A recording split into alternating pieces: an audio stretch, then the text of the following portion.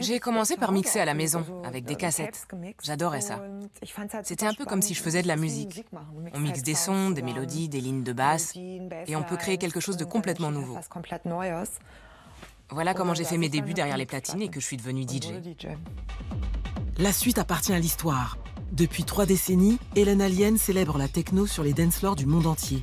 De Paris à Tokyo, dans des clubs underground ou dans de gigantesques rave parties.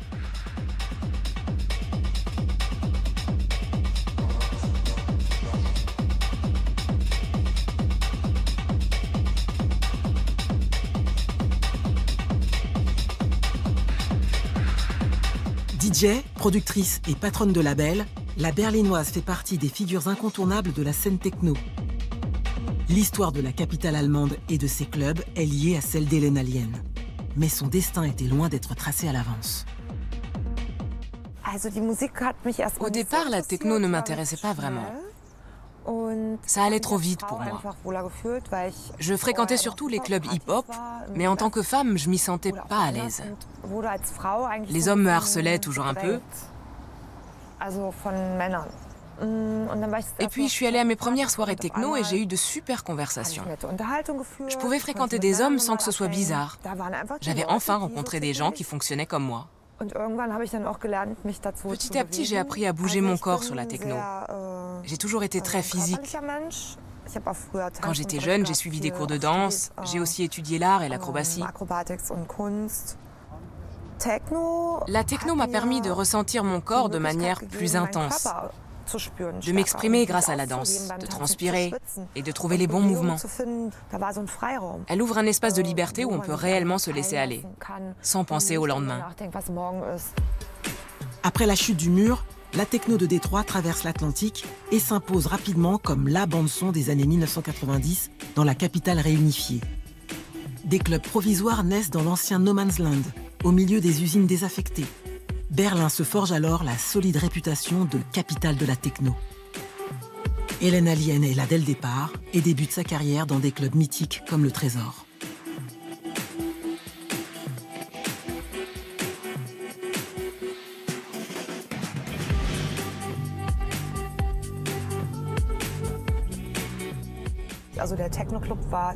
Les clubs techno étaient le point de ralliement entre la jeunesse de Berlin-Est et de Berlin-Ouest. Pour la première fois, on avait l'impression qu'on avait grandi ensemble et que la frontière n'avait jamais existé. C'était comme si on vivait dans une ville nouvelle. Il existait un réel sentiment d'unité. Et c'est cette force qui m'attirait dans les clubs. Voilà pourquoi je pense que la techno n'a rien d'une mode. C'est avant tout un art de vivre.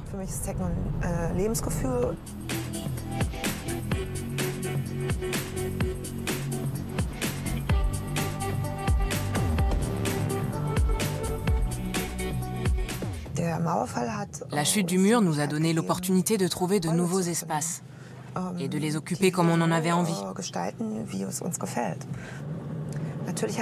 Forcément, ma musique est très imprégnée par les premiers lieux où j'ai commencé à mixer. On peut dire qu'elle a un côté très industriel. Il y a aussi quelque chose de brut, que j'essaie de combiner avec des émotions. Je mélange des beats rugueux à la mélancolie avec laquelle j'ai grandi à Berlin-Ouest, avant la réunification.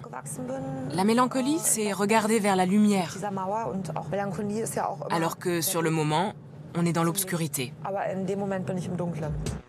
En 2001, la Berlinoise sort son premier album sur son label Bipitch Control. Le disque, intitulé Stadtkind, enfant de la ville, est un hommage à sa ville natale. Dans un univers dominé par les hommes, elle fait dès le départ figure d'exception.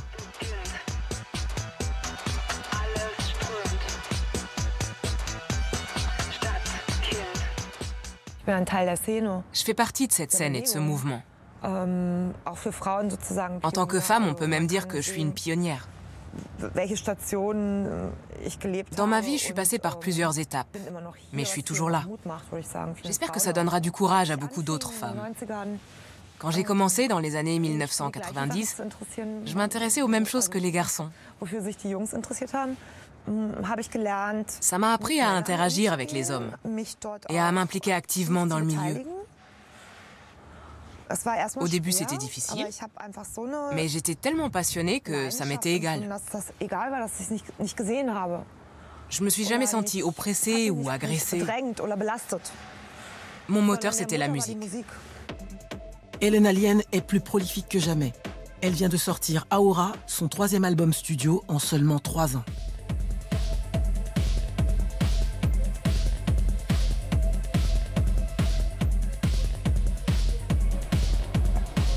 Elle confirme ainsi sa réputation de productrice la plus dynamique du milieu techno. Mais malgré ce pic de créativité, ses innombrables remixes et son travail à la tête de Pitch Control, le contact avec son public lui manque plus que tout.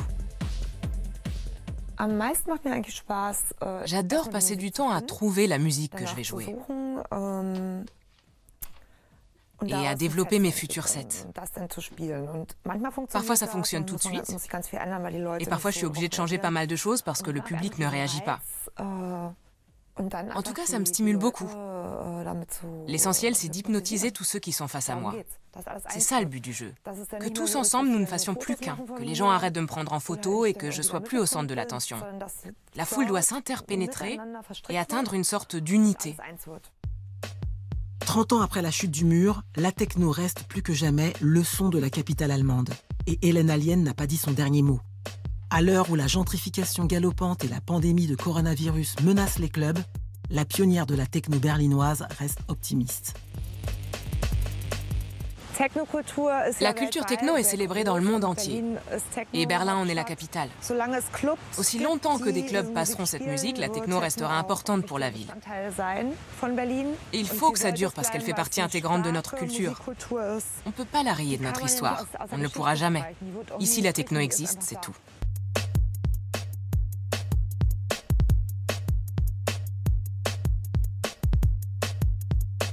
Trax, c'est quand tu veux et où tu veux sur arte.tv et les réseaux sociaux.